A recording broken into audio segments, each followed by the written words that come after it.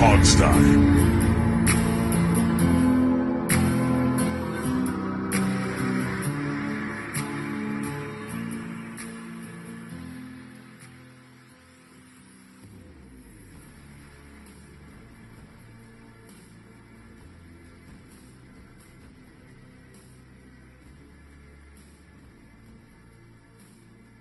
Hey everyone, and welcome to the show. I'm going to be starting this show off very differently from our usual podcasts. And we'll see how much we actually talk about the football team later in the show. But first, we have a sad and more pressing topic. For those of you who do read our blog or follow us on Twitter, you would have probably seen this. But we had some very sad news earlier this week when we learned that one of the guys who helped found the show, John Worrall, he passed away from cancer earlier this week at the age of 52. Um, because of that, we thought it would be nice, and I'll give Steve credit for it. It was his idea. He invited both Sean and Robbie back onto the show from the original cast. So we're gonna have 5 people on the show like we used to, because Dave is still here too. Um, which was a fun bit of chaos in the early days. Um, John was, like I said, one of the original founders. I kind of, even though I take credit for coming up with the name of the Hogstye lot, I really think he came up with that. I know for a fact he came up with it because we had it on recording for the longest time, and there's a recording somewhere of John saying, "I got it, it's the Hogstye." Right. So that was So John's he came up with the idea. name. We'll give him credit, especially now. Um, John was a big personality. I remember when we did that first show, like him coming across as like, oh, this guy's perfect for doing a podcast, doing radio, because he is bombastic, not in like the belligerent way that you get from talking heads in politics, but just like he had a very outgoing personality, very technically smart. He helped me get a lot of the website stuff set up on the first shows. Just a great guy. So he was diagnosed with cancer 6 years ago. I remember when he first found out, he posted it on social media. He was very public about it all. He knew from that first diagnosis that this was not a beatable form of cancer, that eventually it was going to win. But he had young kids, and he really wanted to, you know, fight it as long as he could so that he could see his kids grow up. Like I said, unfortunately, that ended this weekend when he passed. Uh, he was a really interesting guy, had an incredible life. Obviously, some of his stories that he told us probably never going to be safe for air, so we won't get into that. But he just did a lot of very cool stuff. He was all into like video game design and some really neat things. Um, John's wife, she did set up a memorial fund, obviously for his funeral, and I'm sure going through cancer and all cancer treatments and stuff is not easy and cheap. So he has a GoFundMe. I'm going to repost that on the website, post links to that in when I send out this show. But with that, I just want to say, hey guys, welcome back to the show, Sean and Robbie. Dave and Steve, welcome for being here like usual. But I'm going to kind of open up the floor to you guys. Let's tell you, Dave. But the other guys, just to kind of talk about those early days, talk about John. Well, listen, Sean and Robbie are our guests here, so why don't you guys start with some memories of John? Yeah. You want to start, Robbie? Yeah, I mean, it all of this started from just being random commenters on the Washington Post Insider's blog, and just random bits of pop culture references and occasional Redskins talk in the middle of all that. And we decided, hey, let's start a podcast. We got enough good personalities in here to do that. And John was a big driving force for that. I remember us He really was meeting together and talking about what we wanted to call it, how we'd format it. And John was a very much a driving force and kind of moderated all that and kind of put it all together with all of our minds talking about it. And the sense of humor is what really just comes to my mind the most. He was very funny, and it'd catch you off guard sometimes too with the comments and the remarks he'd make. If you blink, you'd miss it sometimes. He was really clever in that regard, and just made podcasting that much more fun. And really tragic that he eventually lost the fight. But I was friends with him on Facebook and saw pretty much everything that he'd been going through, and he was really good about keeping that up to date. And I think he just had done a documentary of some kind that he published right before he passed. And I haven't watched that myself. I probably will eventually when I have a little bit more free time. But he was awesome, and it's a shame that it came to pass. But definitely the Commanders and Redskins community, those that know him, are definitely in a sad state at the moment. Yeah, well said. I will just echo all of that Robbie said to Sean here. Gosh, I remember like that first time that we all signed on to record. I went into it as I go into a lot of things with a lot of false confidence, thinking, wait till they hear these golden pipes. Oh my gosh. But then I remember John, and just so smart, really articulate, very like football smart, knew what they were talking about for sure. And kind of intimidating that way. I watched that documentary that's on Patreon. Really good, and what a gift that John gave to his family to make that. Because I know they're gonna love having that as the years go on. But like Robbie said, Commanders Nation loses a really, really great fan in John. Foundational to the Hogs tie for sure, but especially if you watch that documentary, someone that touched a ton of lives. Really, really cool person. I think both of you guys pointed it out, but I know Alex did. Definitely really cool career in video game development. Interesting jobs John did. Big family, 5 kids, really, really nice family, which comes across if you watch that documentary about them.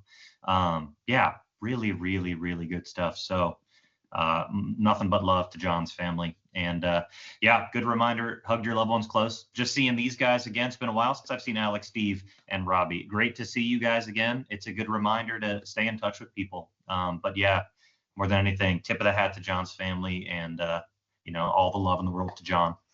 Yeah, absolutely. I remember that when we did the first couple shows, it was John that had the radio voice. I think we've all gotten better at it, and and it's kind of an art to do this. It's not the same as just having a conversation, but it just kind of came more naturally to you too, Sean, I would say, than the rest of us. But it was really John that was the guy that had like the golden radio voice from day one without even trying. Yeah. Well, it helped that he was chain smoking half the shows anyway. Well, that might have been it. But he was also, he had the quickest wit of anybody, and that even absolutely. through the bitter end, he had constant, like, nonstop stream of nonsensical humor and everything that really made it what it was. I mean, the show was different back then, in terms of how we structured and what we did, and he was an integral part of that. And so certainly we will miss him.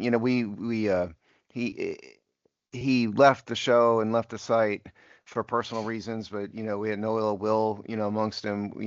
Some of us he kept came up back with him a few times too. Like he tried to write a little while. You did some It's Just Business with him over the year. Like he would hop on that. Like he came in and out a little bit. He was in and out a little bit, and so certainly we were going to miss him. It's our best of all of our best wishes to his family, especially his wife.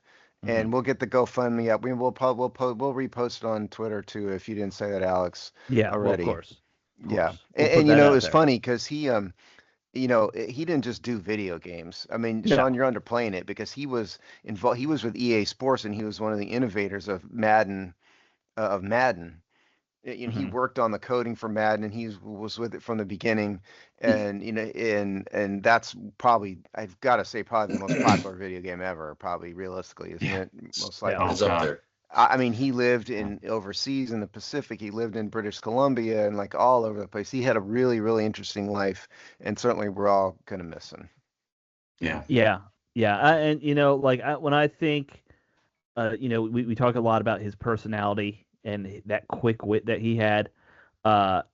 Yeah, I don't think those first episodes were rough. Let's be honest. Oh yeah. And First one I like was don't know what three and you're a half talking about. hours, people. yeah. Sure, But yeah.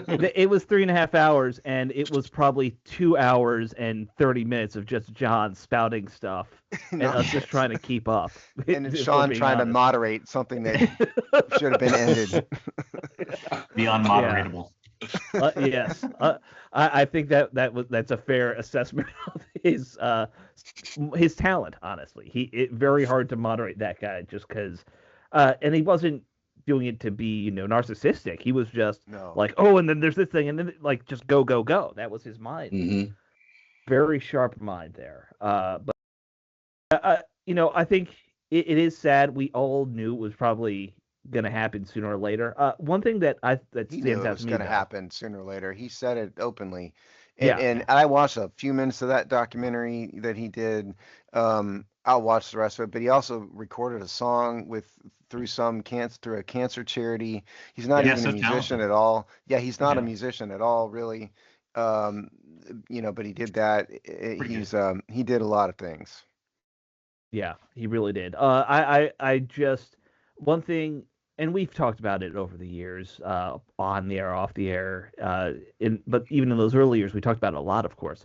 That community that we were a part of, that kind of drew us all together to create the podcast, was really a tight knit clique of fans, and the number of people from that group who I've seen responding to his passing just on Facebook, on social media in general, all from that weird blog and comment section, a bunch of like let's be somewhat antisocial fans all No, no Sean, feeling way. No, we were all just people trying to be distracted from work. That's all it was. well Pretty that much. Yeah, was that too. that was a lot of it. That was And definitely there's a a lot of handful of it. them that are still in our comment section today. Not nearly, a couple That's of the awesome. old It's ones a are left. cesspool. It's a cesspool. Yeah. Don't ever read it. I haven't even I've been afraid to go and honestly see what the reaction was to our posting about his passing. No, Because they were respectful. were they? Yeah, I Good. wouldn't have Good. put up with not respectful. I wouldn't have put up with that. Fair. I enjoy kicking him out at this point, so Yes, some you of them do. would have gone. Well, But yeah, well, obviously I didn't know Tom at all, and John. first John, John, rather, I'm sorry, see, you're John, just testing and us. yeah, I know, but I,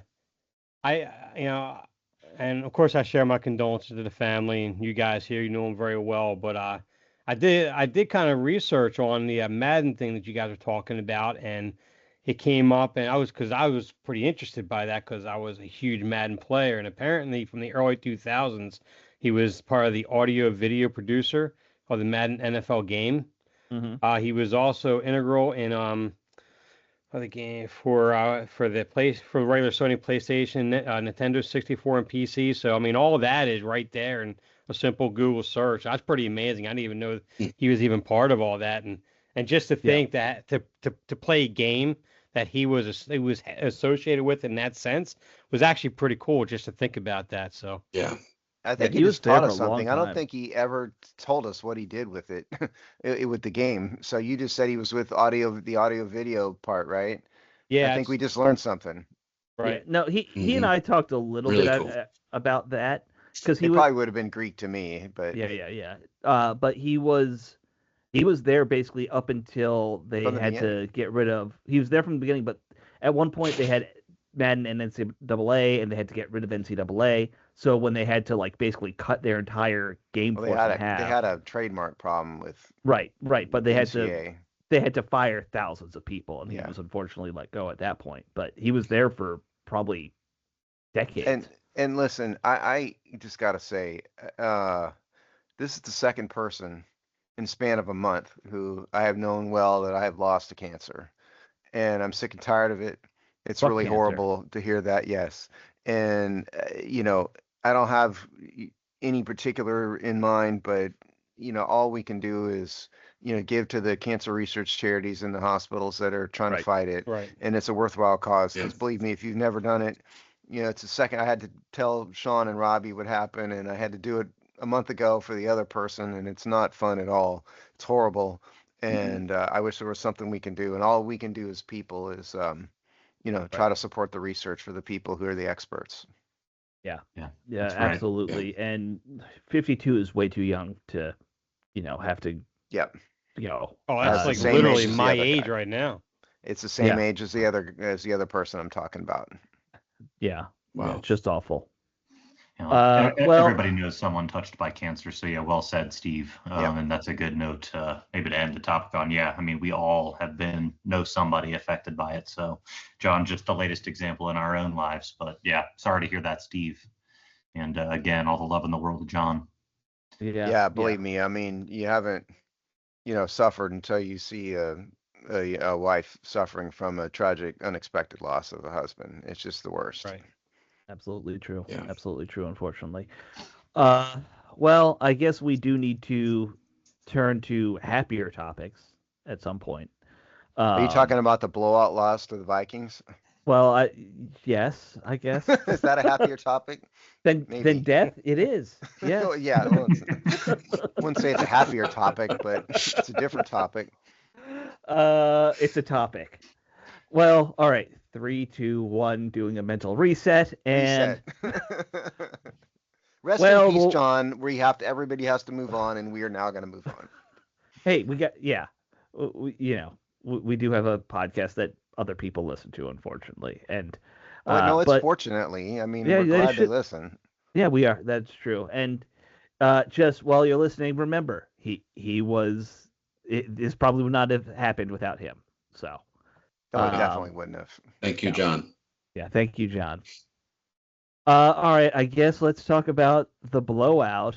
And because we are a show run by a bunch of dudes with, mild autism, Steve, give us the numbers. Oh, you want to do stats? Why? This is my thing. We'll see. So obviously Washington lost this game 31-0 to the 4-9, previously 4-9 Vikings. Jane Daniels, for his part, had what I believe statistically is the worst game of his career. He was 9 for 20 for 78 yards passing, 1 interception, 1 sack, quarterback rating of all of 35. Marcus Mariota replaced him. He was 2 for 4 for 30, 1 interception, 1 sack, quarterback rating of also 35. Chris Rodriguez, 10 for 52 yards rushing. That's 5.2 yards per carry. Corey Krosky-Merritt, 7 for 32. Jane Daniels was 4 for 16. Marcus Mariota was 2 for 7. The leading receiver was Terry McLaurin with all of 3 receptions for 41 yards. Deebo Samuel was 4 for 27. It goes down from we're not reading all of that garbage. Bobby Wagner had 15 tackles in this game, which is unbelievable. Laquan Martin was a distant second with 7. Okay, so for Sean and Robbie's benefit, we have started playing something called the Tress Way game, if you guys have not been listening. And the Tress Way game is a game in which we guess, in bad games, whether or not Tress Way has outkicked the entire Washington offense, okay? And so what we do here is, so in terms of passing yards, there was a total of 99 passing yards between Daniels and Mariota. And rushing, we had 107 rushing yards between the running backs and then Daniels and Mariota. I will say that Tress had 3 punts. So the question to everybody here is, did Tress Way outpunt the entire Washington offense? And so Sean is shaking his head, but we're not on video, so you got to speak up. Yeah, first of all, I just want to say some things never change. Amazing to be back with you guys, with the team in the exact same state it was in last time I did a show with you. True, that hasn't changed at all. Unbelievable. Just incredible. Well, you really missed a great season last season. It was fun to do the show. I thought of that so much during the last season. I was like, they must be having a great time this year, better than I was. Let's see. I'm going to say no this time, Steve, but it's close. It's way closer than it should be. That's my guess. I'm going to say he did not, but it's way too depressingly clwe Okay, let's go to our other guest, Robbie. You get to guess next. I'll say yes. Okay, you think Tressway kicked it? Because many times he does. We don't do this every game, but in the big losses, we always do this. It's my favorite. Are you kidding me? Two years ago, I think he outpunted the offense in 12 of the games. Like routinely, it was like every week, every day he did it. God. Yeah. All right, Dave, you're next. I already know the answer, so it's kind of. Oh, you looked it up. Okay, we'll skip you then. I was Alex? in the middle looking at it. Yeah. Well, so an addendum to the Tressway game in the future. Steve, you can't tell us how many punts there are because that makes it too easy to figure out. I do sometimes, so we'll leave it out. Fair enough. Yeah, because it's a no. There's no way 3 punts is going over 200 yards. Yeah, it'd be a lot. Okay. Be a lot. So Tressway punted for 140 yards this time, and Oh, between the running game and the passing game, there was 206 total offensive yards. So he did Yep. not Robbie's outpunt. Robbie's Man, an one more actual punt. coach. Robbie, you should know punt math. Listen, half the time it comes true. Half the time, Tress does outpunt the offense. So, all right, and real quick, we'll run through the Vikings here real fast. J.J. McCarthy, 16 for 23, 163 yards, had a quarterback rating of 129.2, which I believe is the high watermark for his entire career.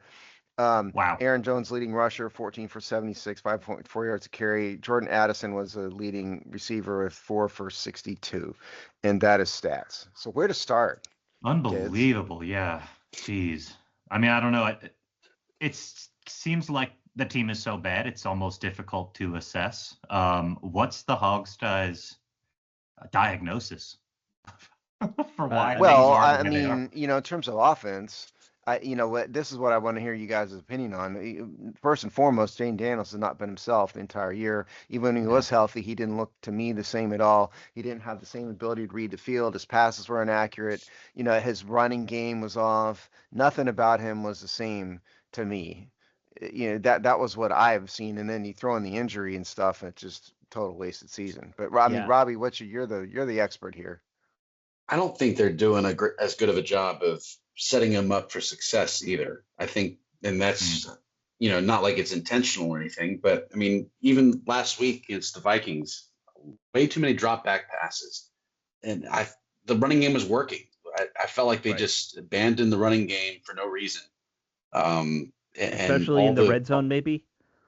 Yeah, I mean, in fact, that I think it was the very first time they failed to convert down there. It was after Chris Rodriguez ripped off a big, 15-yard some gain, Mm-hmm. and then another good run after that, and then the next three straight plays were passes that were incomplete or dropped or whatever. And I mean, all you needed to do was like on the 2 or 1 yard line, just pound it in. You got a big back that can do that, that exact thing. Just run it. I mean, you don't need to be cute about it. I mean, I like the inventiveness of Cliff's offense and all that on occasion, but sometimes you just got to get in a 3-point stance and drive and hand the ball off to your big back and then think of something fun to do for the next series. I get it. I feel like he's trying to prove something, and I'm not sure what it is a lot of the times. Especially with Jane Daniels being back in, I feel like he's like, well, I'm going to show you that Jane Daniels is good. Well, okay, let me try. Let me show you again. Let me call O-line sneak into the back, like he eligible defensive or offensive tackle, like we did once his rookie year. I'm with you. You don't need that much gadgetry. Just run the ball. I think I do think their offensive line is not great for that kind of goal line running. Historically they've struggled when they go like full on 3 defensive tackle or off. Why am I saying defensive tackles? 3 offensive tackles and 2 tight ends and whatever else. Like everyone knows they're going to run it. They get stopped. But okay, maybe try running it out of, a single back, 1 tight end formation. Be a little more unpredictable. Or under center in general. Everything's been up tempo, shotgun style, Mm-hmm. which is, I think, great for college and high school, but the NFL catches up to what you want to do most often than not. And you got to, I think, to really confuse the defense with what you're doing, you got to go under center. And I want to say it was the Patriots OC, I forgot his name all of a sudden, but he had a big long spiel about how important it is to go under center. Talking about Mike McDaniels, the former OC in New England. Yeah. Yeah. He is the OC now in New England again with Drake May, and he's Well, I mean, what I've wondered, part of it is that Jane wasn't under center hardly at all at LSU. And I don't know if they don't. I don't know if do they not trust him. To me in the NFL, you have to be under center sometimes. They're starting to put him under center on these run plays. There was a little bit. There's been a little bit. I mean, I'm glad they're developing that part of his, his game, but they need to, you you need to be under there like at least 25-30% of the time. I think they're second lowest in the NFL at like 5 or 6% for the year. I saw that Mhm. stat a week or two ago. You need to get it up to a decent amount, I feel like. How And different is that we're from last year, guys? Is that hugely different from the schemes No, they they ran were last year? towards the back last year too.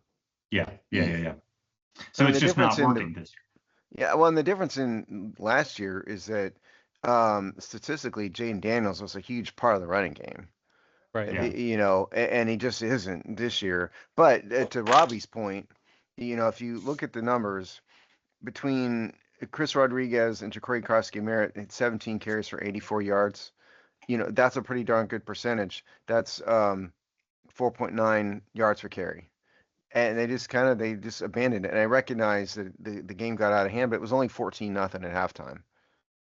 You know, there was no Right. reason to panic. And what Washington has had a history of recently, which, you know, Dave, we talked about this last time, is they just, you know, Rodriguez gets carries and they just forget about him. Right. You know, I don't understand the play calling really what they're doing. I Well, did run some numbers just because I was bored today at work and it's the holiday season.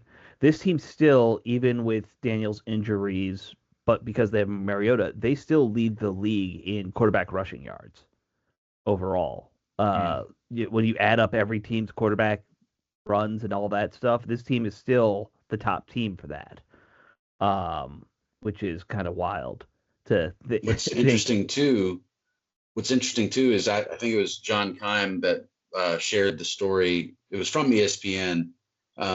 Someone did a statistical breakdown on Washington's offense, and a lot of Jaden Daniels' runs have been on first down. Like Mhm. he's like really high up there total for rushing attempts on first down, not just quarterback but running backs too. So I think that's kind of narrowing into a tendency that's leading to more contact and more trouble for Jaden because you're choosing to run him as a runner Mhm. on first down, and defense is catching up on that, and it's leading to these contact issues and getting hit more often. Early on in the year, there were also a lot of designed runs for him, not just scrambles. It was a lot of read Right. options, and he was pulling it even times when he shouldn't have. Exactly. I don't actually think he's great at running the read option, or hasn't been this season at least. Yeah, I related to everything you guys are saying. I read an article too talking about how his like percentage of runs to slides is pretty low. He does not slide very much No, he this doesn't. year. I think that speaks to Robbie's point that a lot of it's running on first down, leading into a lot of direct contact. That also feeds directly into the injuries that he consistently has. Yeah, and he's just not built to take such consistent contact. So yeah, makes total sense. They've got to do something to get back to what was working last year, but yeah, no, none of that surprising. You can see it right on the field. Dude's Yeah, I just don't think getting they beat up. can, especially now with all the injuries to. Well, yeah, Yeah. but yeah. And So yeah. how many people? Oh, sorry, I was just gonna say how many careers have we ended this year so far? It's Eckler, it's Ertz, probably. Who else are we? What other main weapon is? Austin Eckler, maybe Zach Yeah. well, Ertz, yeah, he mentioned yeah, Eckler. Bobby Wagner, Bobby Wagner's career is done Von after Miller, this. maybe. Yeah. We Rudy. interrupted you, Dave. Go ahead, jump in. Yeah, sorry, Dave. This is No what happens with problem. 5 people. Yeah, it's tough. Yeah, because I know when Cliff Kingsbury first came here, the one thing that we talked about, I wrote a column on because there was a beat reporter out in Arizona that had a lot of criticisms on Cliff Kingsbury after year one and year two. His offenses became a little more predictable. He wasn't using nearly as much of the motion, moving the receivers around, constantly sticking the X receiver to one side and not taking his best receiver and moving him all over the field. But the biggest part was is he gets away from the run. He was getting away from the run real quick.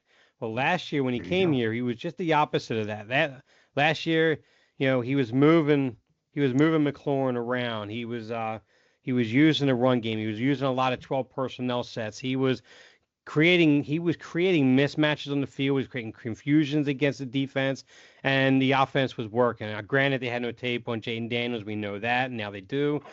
But still, the offense was working. Receivers were getting open. The running lanes were there, and the offensive line wasn't even great last year either, but they were there. This year, it just seems like it's just more predictable this year, combined with and everyone hates it when you say it, but Jaden Daniels had a sophomore slump this year. Period. Now, granted, I get it too that I think this offense, I think the full starting complement for the offensive skill positions, I have maybe a total of what 2-3 games together this year all year, maybe. Right. So you lose chemistry, you lose continuity, and then when you're going back from Daniels to Mariota and back and forth again, I get all that plays a key part in that. But when Jaden Daniels was playing, he was in there. He wasn't anticipatory with his throws like he was last year. He was throwing more. He was throwing ball a little more inaccurate towards the feet, behind receivers, and everything. Especially at deep ball. The deep ball was non-existent for him this year. He just was not on target. I don't want to blame everything on him, but you can't take blame away from him either. So Yeah. Well, but that's the kind of inaccuracy is not. I mean, yeah, I think you can attribute some of that to non-familiarity with the sure. receivers a little bit, but just a flat-out inaccuracy, I don't buy Hmm. it. And if you count Austin Eckler, didn't he go out in week 1, Yeah. or Yeah. was it the Yeah. preseason? So Something like that. they Yep. really didn't have any, but they had about a half a game. And that Well, was a and great safety valve for him last year. He missed this year too. Yeah. So That's that, right. and that's actually, I think, the biggest problem I've seen all season is the lack of the safety valve. And to me, that goes back to Cliff Kingsbury's coaching. Honestly, every play you need to know where that safety valve is. Like, I mean, Robbie, you're a coach now. Every Absolutely. pass Yeah. play, that's got to be the first or second thing you tell your quarterback is, "Hey, they're blitzing. Look there." Well, I Yeah, wanted to start. usually, I wanted actually Robbie to ask you because I'm not one, and I think Sean and Robbie probably remember. I mean, I tend to blame the players less than I do the coaches for a lot of this stuff, because at the end of the day they're on the field. But what I've seen over the course of a number of weeks is players that are unmotivated, game plans that are stale, that aren't working, no changes made. And so in this case, and when these teams get blown out week after week after week, at some point coaches have got to be blamed. And so I'm just curious from your perspective as a coach, Robbie. I mean, Mhm. how much blame for this do you place on Dan Quinn and his staff, and how much is on the players? I mean, you have to put it on the coaches too. I mean, I think a lot of it needs to go on them. I think a lot of the honeymoon phase is really worn off, and we're starting to really see who we are. I think last year we had a lot of things go our way. You have a Hail Mary here and other plays there that lead to us not nearly having as good of a year as we did. Um, so, I mean, I hate to bring up a sore name, but I mean, look at what Kyle Shanahan's doing with the 49ers this year. He's Mhm. arguably having his best coaching year, dealing with so many injuries that they've been dealing with, Yep. and they haven't missed a beat. So I think a lot of it does need to lean on to coaches, and not to pat myself on the back, but a great example too is, in my first season as a head coach this year for high school football, our starting quarterback went out for multiple games midway through the season, and we didn't have a true backup to work with. So we did what we had to do, and we ran more of a old school wing T spinners type offense, and that's what we had to do. You say Mhm. wing I T, didn't. you're really going back some time for that. Oh yeah, I the I, old I spinner now package is what we call it. Actually, I we call need it I need spider, to but Robbie. Do you guys have your games on like YouTube? I need to go watch some old school football like that. you can find us on Huddle. Just search Nansman Suffolk Academy and find their athletics page on Huddle. Okay. HUDL. I can text you or email you the Uh, links I, to it. I need to see some old wing tee, double I'm fullback telling you, nonsense. it's pretty. You have a guy going in motion behind the quarterback every play, and he spins towards them. Defense can't tell who's getting the ball. A lot of misdirection, and it was the players loved it, and we leaned on what we had to lean on. And I think to bring it back to what we're talking about, I think that's really at the end of the day what these coaches need to do what they're best at. And if you have a quarterback that's been hurt multiple times throughout the year, I can't imagine throwing as many times as they did before he got hurt again. is the right way to go. I Well, mean, it you kind of said what was comes his back stat line to again? 9 for 20 9 for Yeah. 20. Yeah, before he yeah, got hurt. yeah. I mean, that's too much. Yeah. Well, Even and it kind of comes back again to what we on the Hawks side talked about, his body type. He's built like a wide receiver. And Yeah. we all question, I'm sure you guys did too, we all question here on this show, whether or not it was going to lead to injury and how well he was going to hold up. And, his running style, his lack of ability to slide at all last year, he's gotten a little bit better this year, just lent itself to injury. And he kind of escaped miraculously because he's made of rubber or something last year. But this year it came back to haunt him, and he's not going to be Yeah. able to keep it up. No, he can't. Now, Robbie, you mentioned, you got to do what you're best at. It felt like defensively, the last few weeks after Dan Quinn finally took over the defense, he took that very approach. He said, "No, we can't do a lot because the defense is not very good. So let's focus on just playing zones.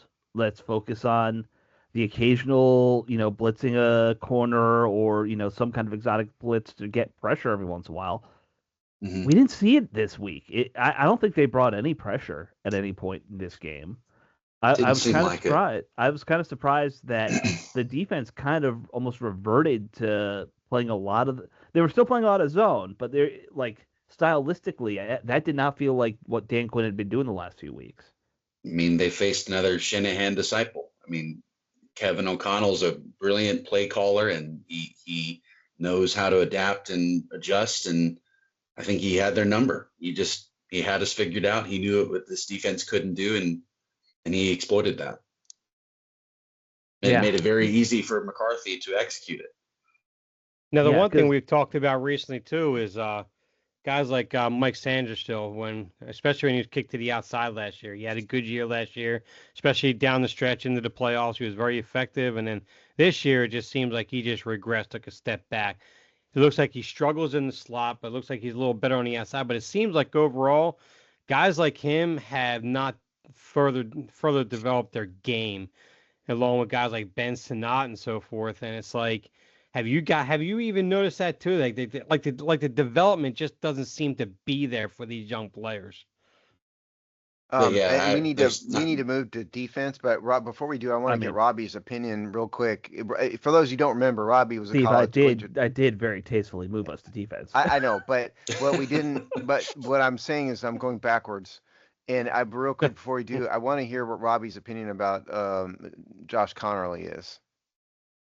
Oh, I think he's had his struggles early, but I think he's really kind of come into his own in the past couple of weeks. I know he's had some tough matchups early, like I said, and he's had some penalties that he's playing a new position. If you look at his career, he's been a left tackle like all of his playing career. So switching from left with all that muscle memory built in on how to play left tackle, and then all of a sudden switch and learn to play right tackle in the NFL is just, I think, crazy.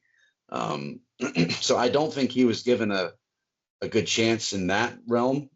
You're a good lineman, you're a good tackle, we want you. Oh, but you need to come play right tackle instead of what you're comfortable with. So I think he's starting to come into his own. I think he's a good piece for the future. I'm excited for his continued development. All right. Sorry about that. I didn't mean to go backwards. I said it horribly, but thank you for saying it. I really am paying attention. All right, so let's get back to talking about the defense. As they struggled just as much as the offense. 31 points is never a good day.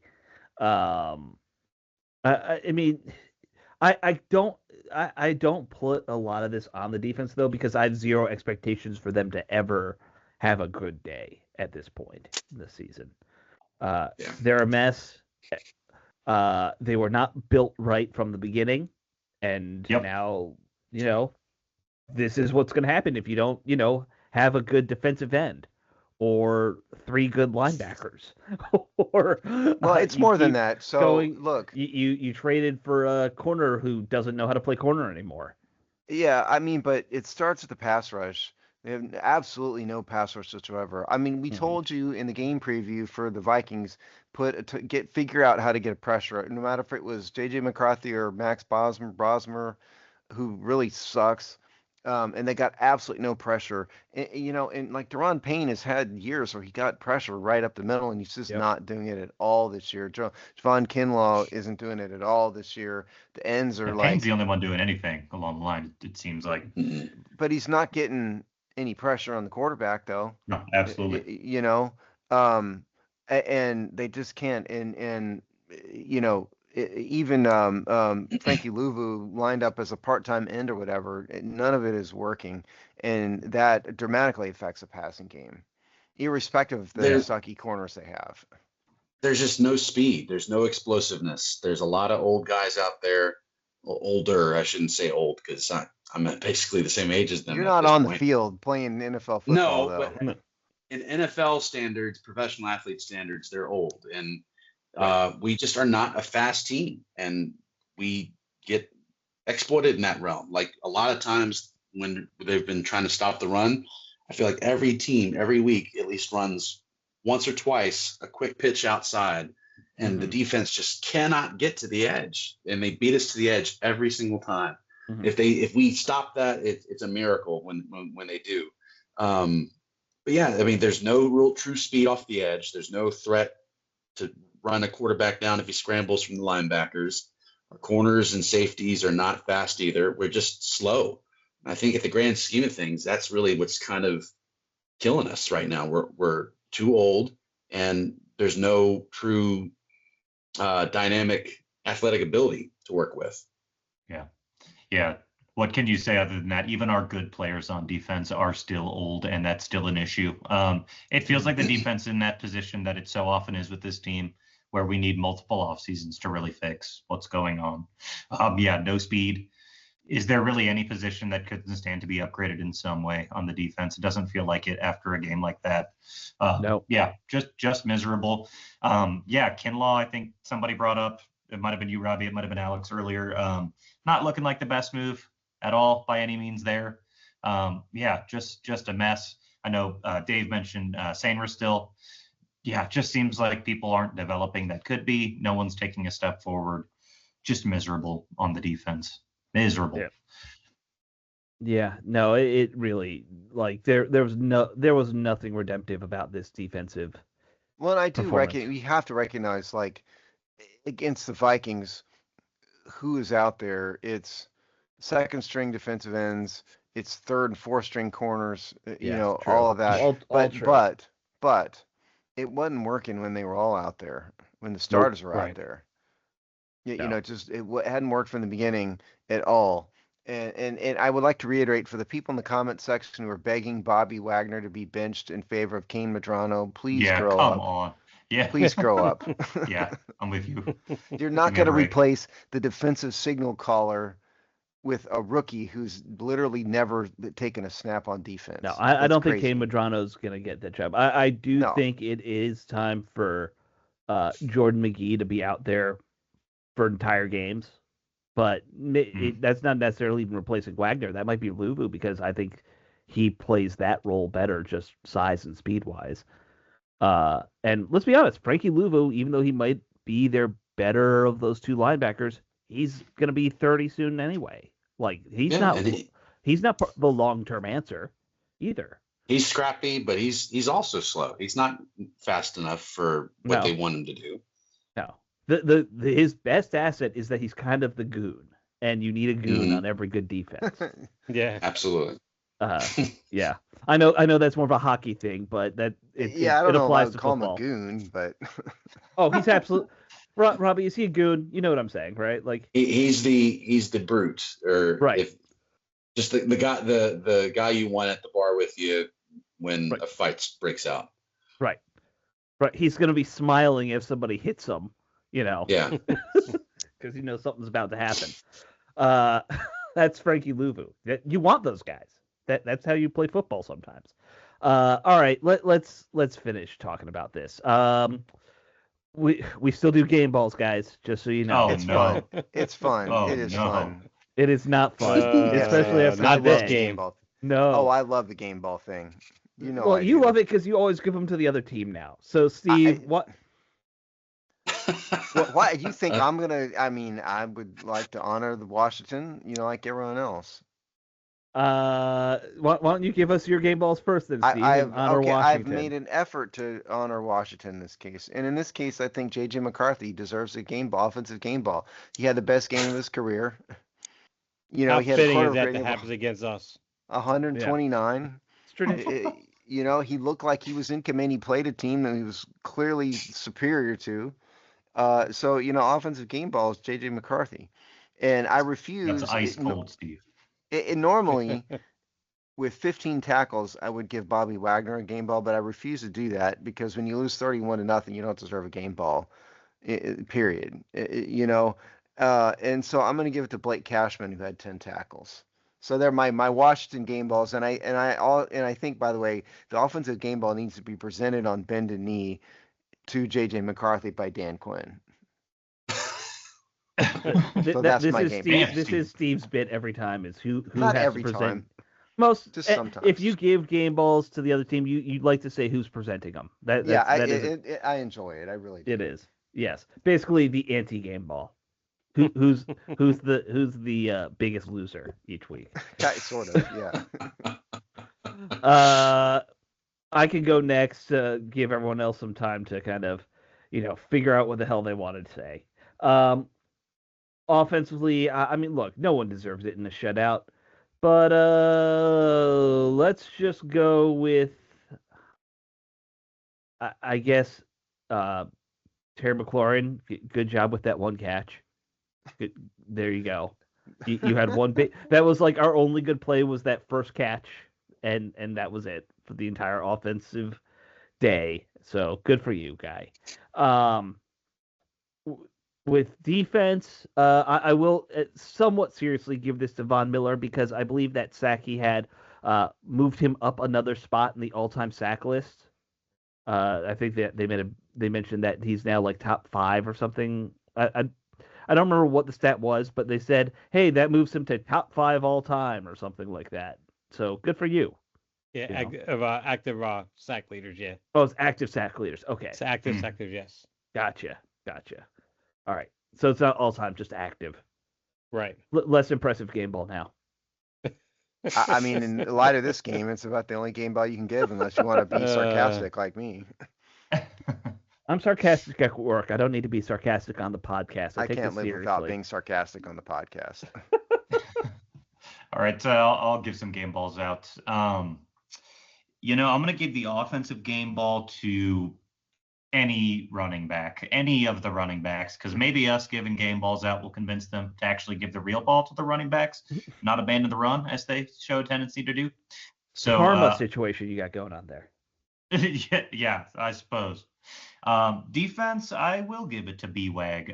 Yeah, he's old. Yeah, this team is old and it sucks. But, he, like you said, he's the signal caller. He does make changes at times. If there's anyone showing any kind of life out there, he's one of the few. So he'll get mine, but it's pretty lukewarm. All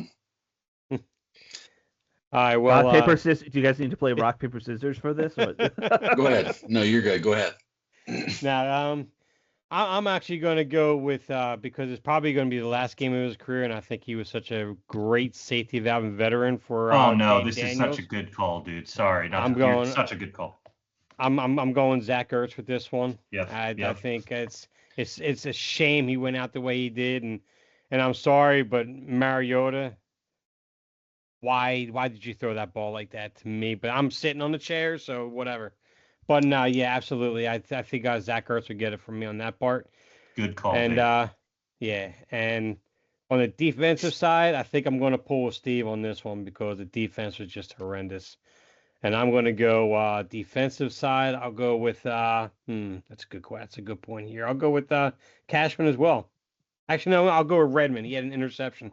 We'll go with that. I'll go with Redmond. See, someone's coming over to my side on this. The dark side. Finally, it's not the first time. No, it's not the first time. I've done it a couple times to follow suit with you. You have. You technically have. Your copycat. It's just our defense was just so bad, and so dysfunctional in this game. I can't give it to anybody. We didn't really talk about the Ertz injury, and obviously, let's be honest, that probably is it for his career. Brutal. Yeah, brutal. Awful looking hit. For those saying it should be, I'm sorry, that's still not a penalty type hit in my mind, but like, Agreed. it's just a brutal hit, and it's the nature of the sport. Well, the at some argument was he level. dove at the knees, but I agree with you. I think it's just football. It was terrible. I mean, I don't think it was an intentional dive at the no, leg me there. neither. Oh, besides, Agreed. Zach Ertz was going up while the defender was coming in anyway. I mean, it's Yeah. so hard to call on that. Yeah, that's right. Yeah, Yeah. It's a bang bang play. yeah, Yeah. as they Hey, say. that's my right. Jay Gruden impression. Yeah, Bang, there bang, you go. play. Robert's a little banged up, but I think he's gonna be okay. Yeah. God.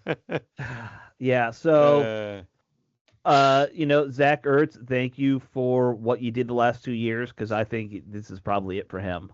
And hell of a career though.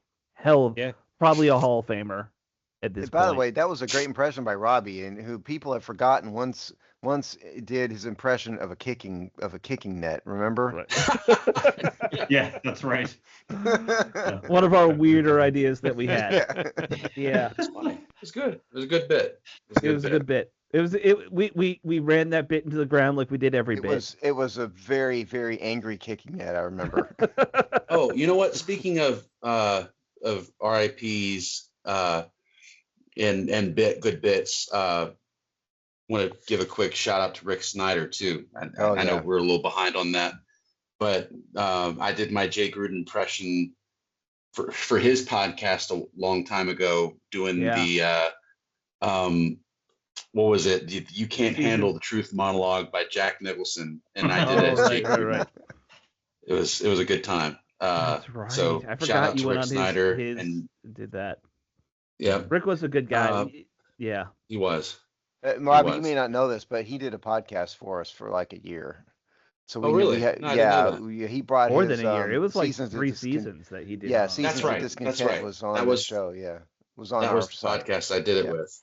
Yeah, he moved that over to us because he basically he's like, I don't understand how to put this up or deal with it. Can you guys just help me with that? And yeah, Remember, Rick, no I problem. just called him out of the blue and said, "Yeah, Alex can do this for you," and he was like, "Oh, okay, sure." Yeah.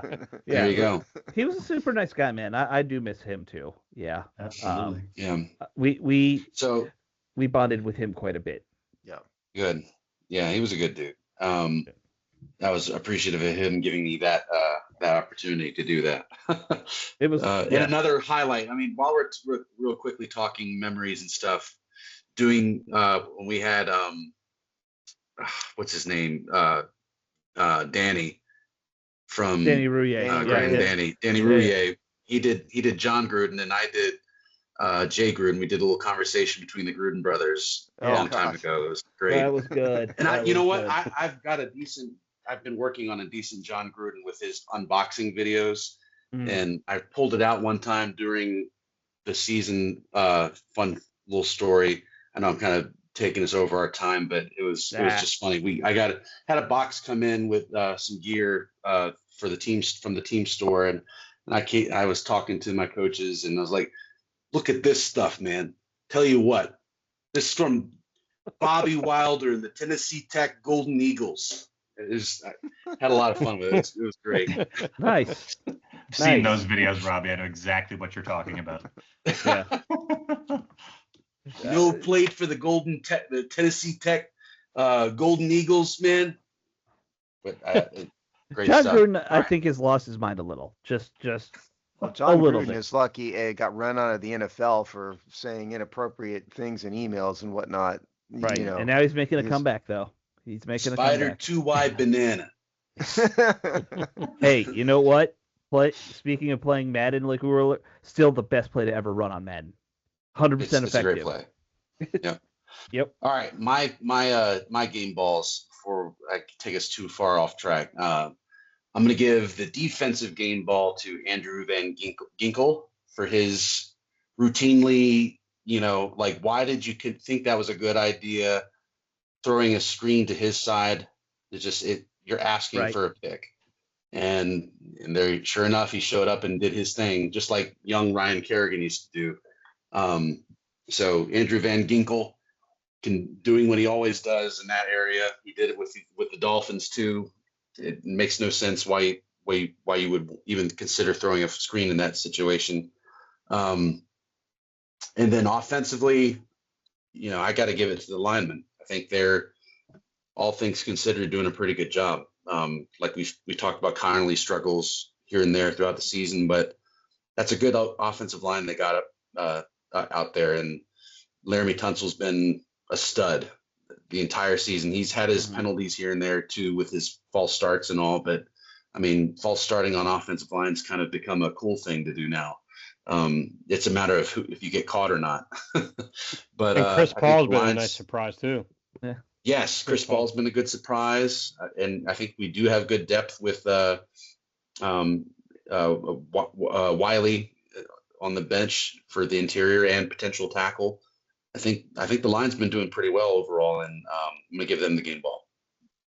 Of course, Robbie, Nice. your first cameo on the show in 5, 6, 7 years, and you're gonna go O-line. We should have known. We should have known. There was never really any other option for him. I had to. Okay, let's briefly touch on who are we playing next? Is it Giants? It's the Giants. next loss is to the Giants. All right, next loss to the Giants. Whoop-de-doo. Jay Dales is out. He's hurt. So Shocker. Let me run through my 3 keys to the game here real fast, because we've All right. also run out of time on the show too, for that matter. All right, so number 1, obviously, game plan aside, don't be absolutely terrible in every facet of the game. They're not going to win anything if they hold act on. like they don't. Let me. Do not suck. Yeah. Well, yeah. I mean, what I mean by that is show a little pride, show a little motivation, a tiny bit of creativity, act like you care. Because no matter what game, you can throw any game plan you want out there, but if they have the mentality they did last week, they're going to lose all the rest of it. They're going to lose 4 more games in a row. Okay. Yeah. But game plan wise, I think, and Robbie, you said it earlier, they need to commit to the run game in this game.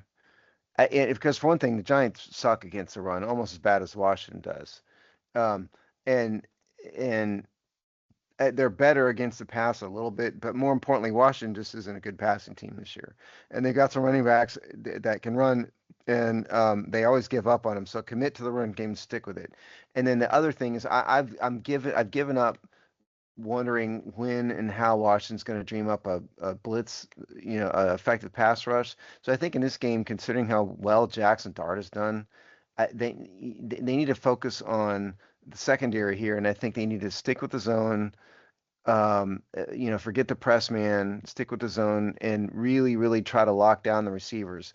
Wandale Robinson, they've got some receivers of talent. Darius Slayton, Theo Johnson has a bunch of catches. So to me, I think they need to focus on secondary coverage and just not give up on the pass rush necessarily, but keep Jackson Dart from having a bunch of wide open receivers, and that's about all they can. I'm not even going to pretend like they're going to win this game. They're not, but that's what I think, and I'm done. Good acronym that we use for my program and our coaching staff with coaching players and schematically what we want to do. We use an acronym: KISS. Keep it simple, stupid. Just keep it simple so everybody can just play fast and execute. That's kind of a better way of saying what I said in like 3 minutes. You said it in 15 seconds, Yeah. but yes. There Well, you go. you know what he did. We like our Steve? acronyms as coaches. You know what he did, Steve? He simplified it. There you go. And the lawyer guy who talked on and on and on and on forever. Right, because you get paid by the minute. Steve, I just noticed I gave you the Robert De Niro squint as Yeah, you Steve did. pointed that out. Yeah. There you go. Yeah. Huh?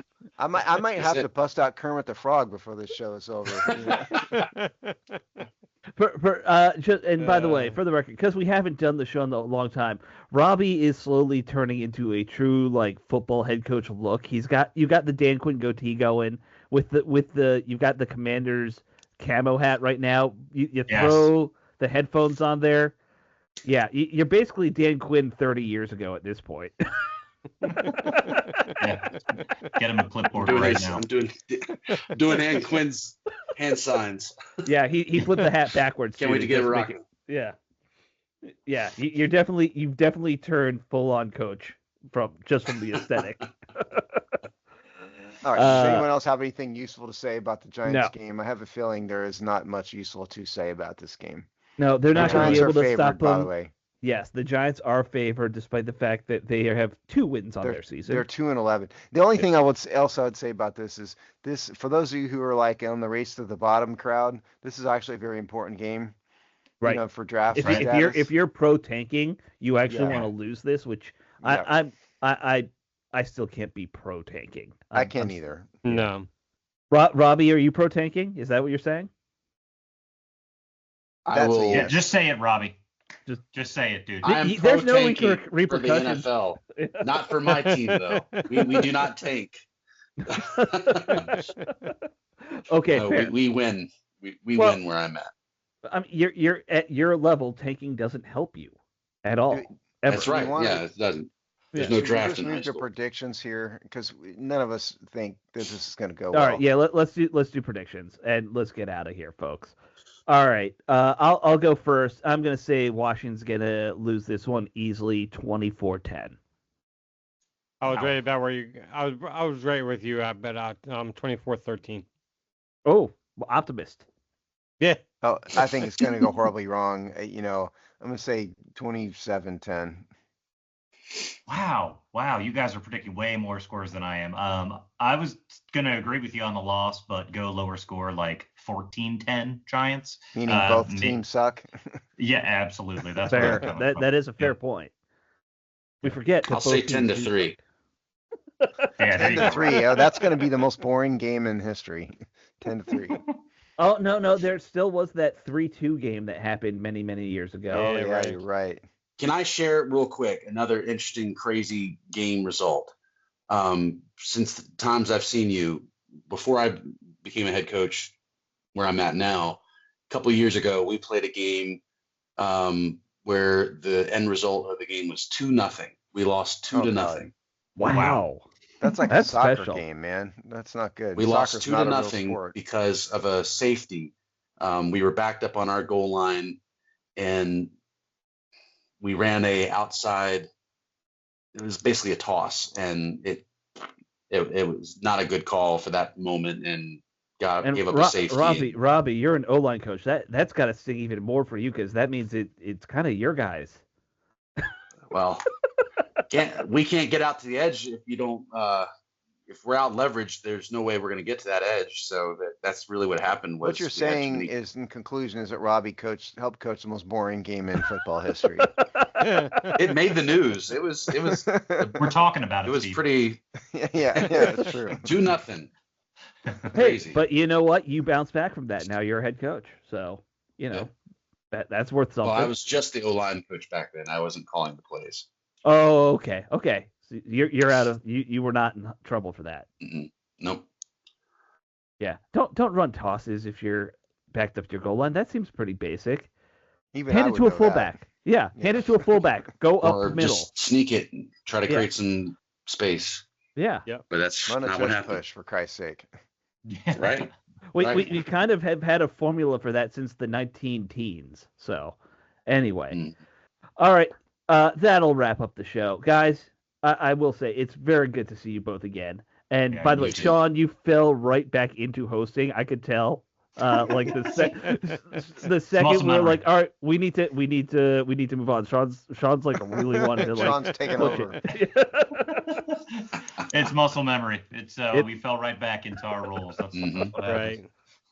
Yeah, I used to say like 5 words a show. It was great. All right, guys. We will talk to everyone else next week. Robbie, Sean, great to see you again. Wish it was not under sad circumstances, but it is great to see you guys. It was great to finally put a face to the names you guys mention all the time. So great to see you guys. Yeah, you too, Dave. Yeah, good to see you all again. So all right. Talk to everyone next week. Later.